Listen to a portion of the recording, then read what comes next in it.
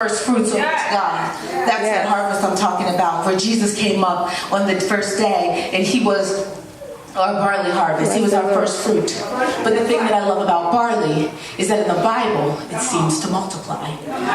We know that in 2 Kings, the barley multiplied. Elisha took 20 pieces of barley bread and fed 100 men. Yeah. We know that Jesus took 5 pieces of barley bread and fed 5,000 men. Yeah. Plus women and children. Yeah. But the thing is, when something multiplies, it has a ripple effect. Because Jesus gave the bread to the disciples. Then the disciples gave the bread to the people.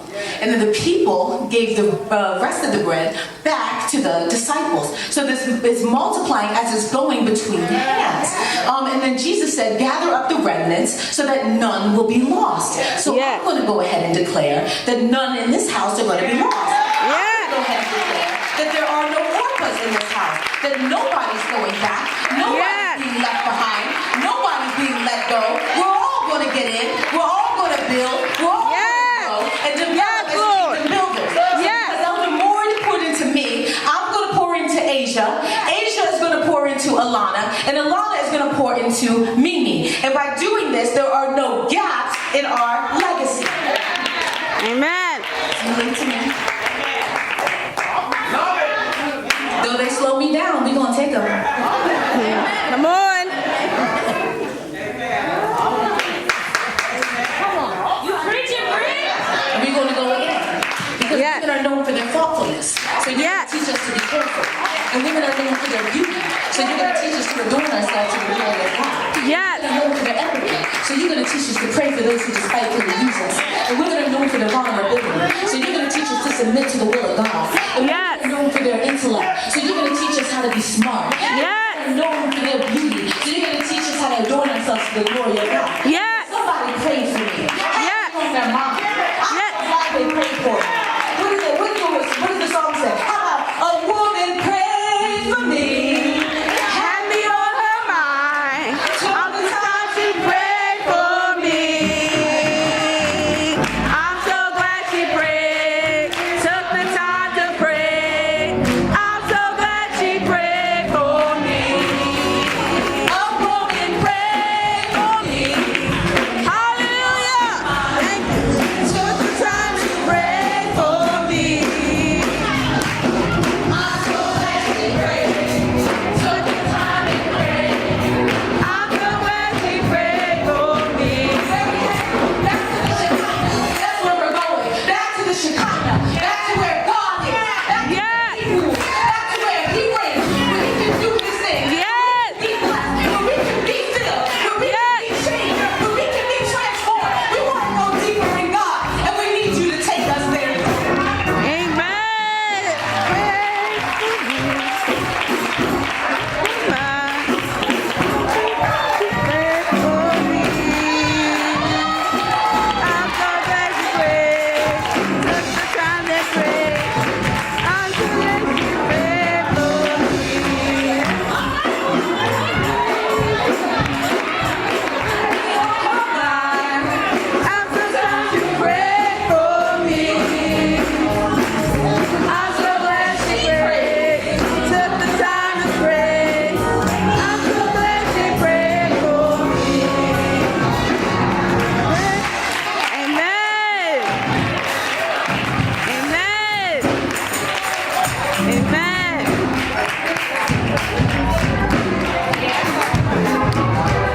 Young people, the world has written us off.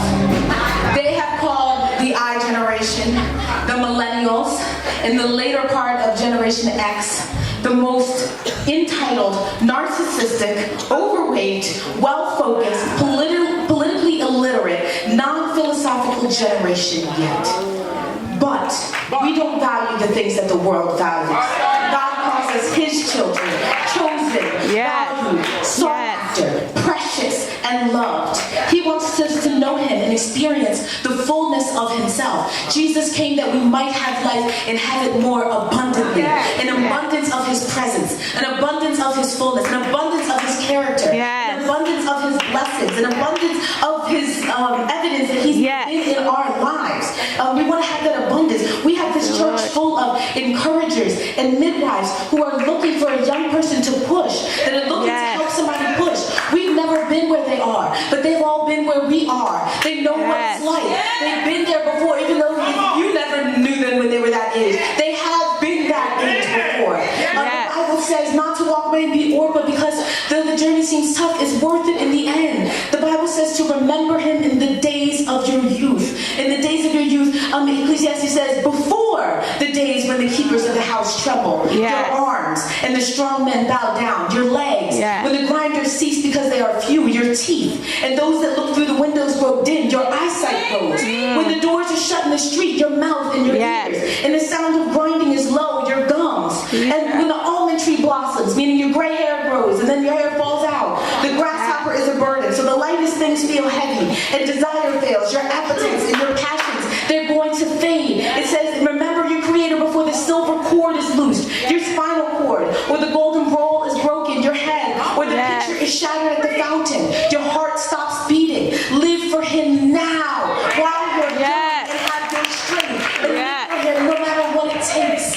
And women, God has given you a purpose no matter what your age is. You may not be as young as you once were, but you are still needed, or you would not be here. You can continue to have an impact on this earth as long as your impact is living in somebody. As the preacher said on Thursday, don't be afraid to impart and pass along what you have to this next generation so that we can be even more powerful than you were. Ecclesiastes 4 says, two are better than one because they have a good return for their labor. If either of them falls down, one can help the other up. But pity anyone who falls and has no one to help them up. Also, if two lie down together, they will keep warm.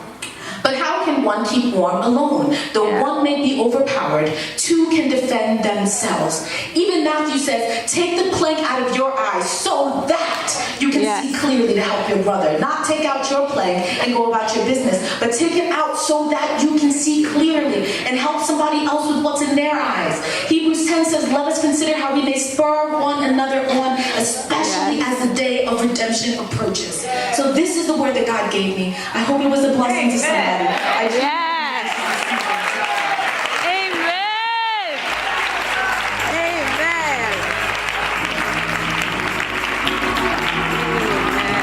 Glory to God. Glory to God.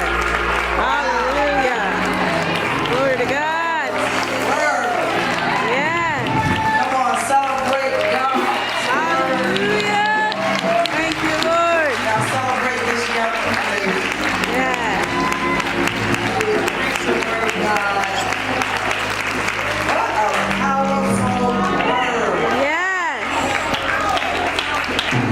Wow. And demonstrated so clearly that we must bring them along. And it's not that they don't really want to come. Sometimes they don't understand us. We want to bring them without an explanation of what we're doing. But we got to pull them and bring them along. We're going to pray this morning. And here's what I'm going to ask for a few of our women to do. To go grab a young lady. Go grab a young lady and bring them to this altar. I need y'all to move.